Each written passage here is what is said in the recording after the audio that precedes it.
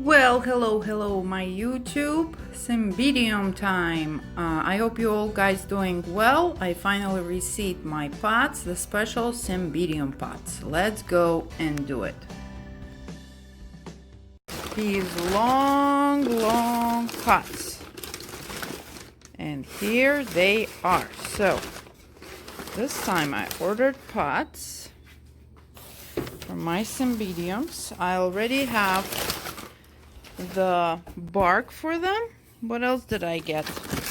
I got these thingies. I love these thingies. These are for the slow release fertilizer. You just put it in there, and every time you water, it releases it. And I did get some baskets that I am curious about. It was not long, actually. It was a couple of weeks from California. Oh, I got these. These are actually meant for the Cariantes and what's the other guy name that I made out of clay, but I decided I'll get some and share with some of my enablers. Okay, and then there are wood baskets that are a little bit different than your normal baskets. Let me get it out.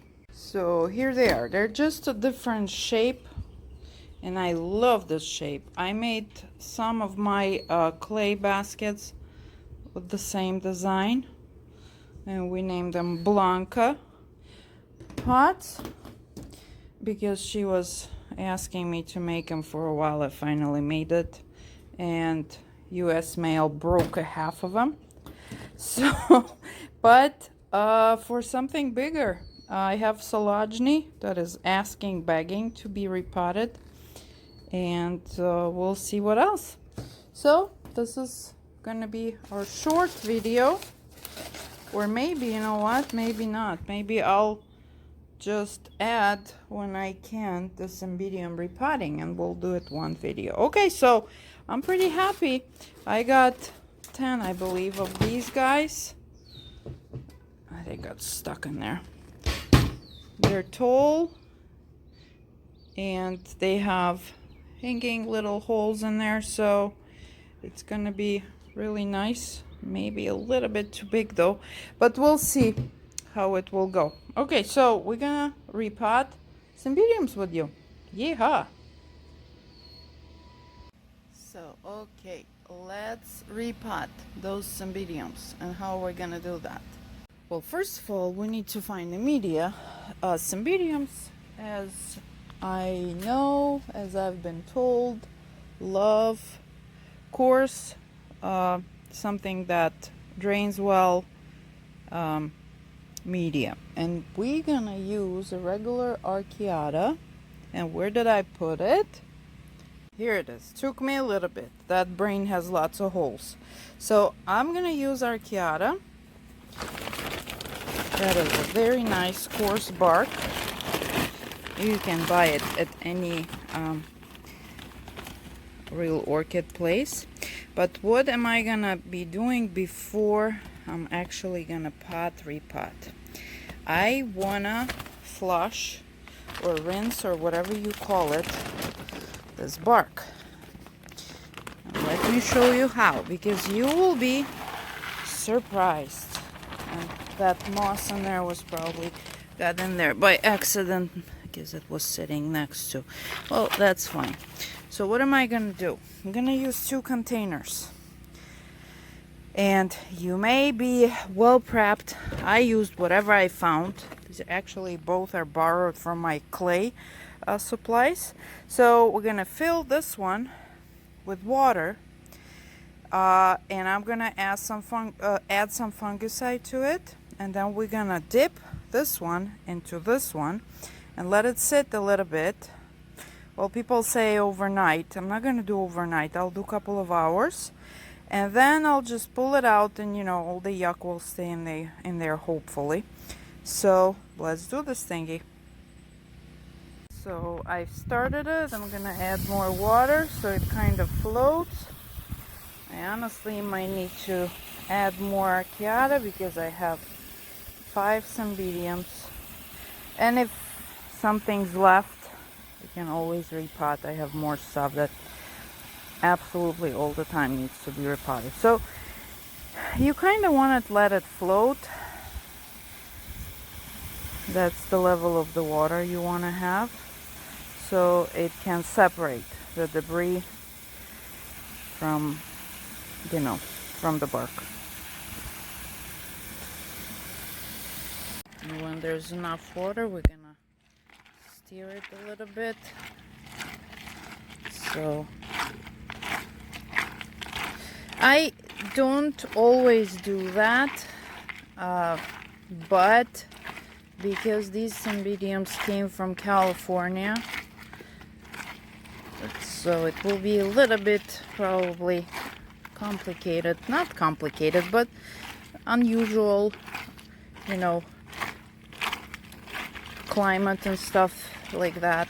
All the aspects of too much sun, humidity. So I want to do it the way they do it over there, which I think is a very good idea, at least to soak it in the fungicide, so no root rot. Well, at least some protection. So we'll let it sit for a while. Go get your coffee. This is what I added to my water.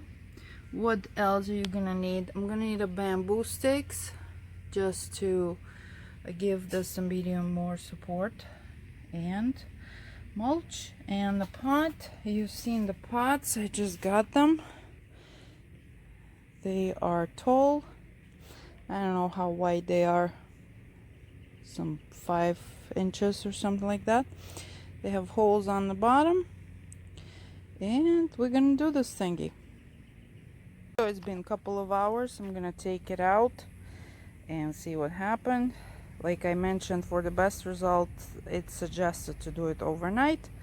I'm not gonna do it overnight. Let's see. Okay, so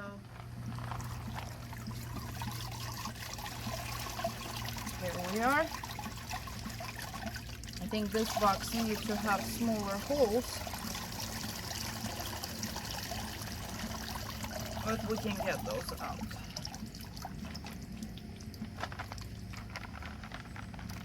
Okay. So as you can see, it's pretty yucky. So I'm gonna get these things out, and we're gonna start repotting. So here are our models for the repotting. The roots are pretty clean. One thing I learned, like I am very crazy about pulling the sheets off. I probably would not do it on these guys, because sometimes you pull the sheet and there's new growth, and the new growth is so gentle that it just pops off. Okay, so this is our Cymbidium.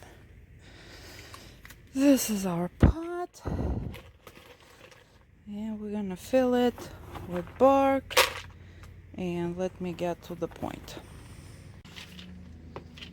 Okay, so you got it? Okay, so we're gonna put them in. It needs to be above the rim. Okay, pretty much right here. And I'm just gonna add some here, some there. Now, just want to let you know, these are warm growing Cymbidiums. These are not, what do you call them, classic Cymbidiums that love the cold, you know, what do you call it, spur? Yeah. So this is what I'm gonna do. He has to sit there fine. Then I'm gonna take a bamboo stick, put it in there, and I'm gonna attach Cymbidium to it. Okay, so voila, the first one is done. Of course, it had to get the bow. Here is his name tag,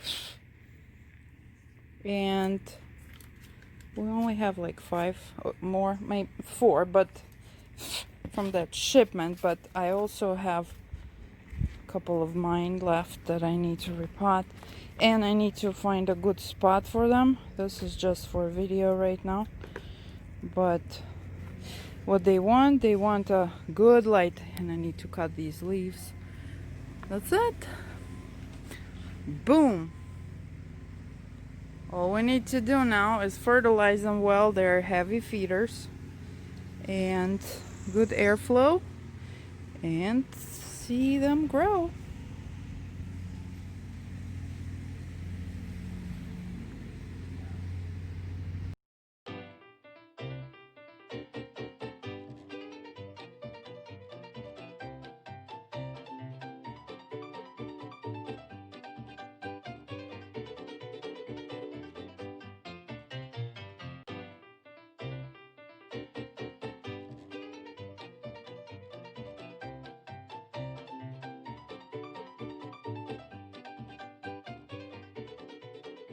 And so, done. All the 5 Cymbidiums. Since they're my new toys, they got a better spot, so I had to clear it. Right now it's very hot and humid, so we get this yuck everywhere. Need to work on that. And hopefully, wish me luck. I hope I did everything okay, but I'm sure they will tell me. So, what are we gonna finish with? Something new? Oh yeah, something new, something big in here is blooming. Look at her. She is starting to open. Isn't that hilarious? And that excites me just as much as a huge Cymbidium. Okay guys, I hope you liked it.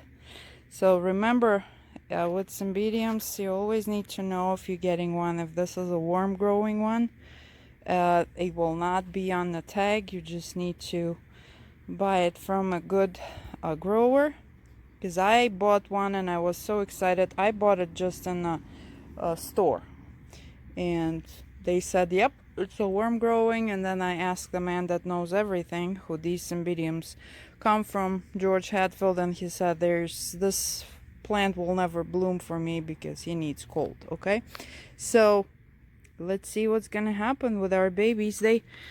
Right now, these will be a good detectors for me, because if the new growth will die, probably they didn't like it. But so far so good. They spent about over a week with me without pots.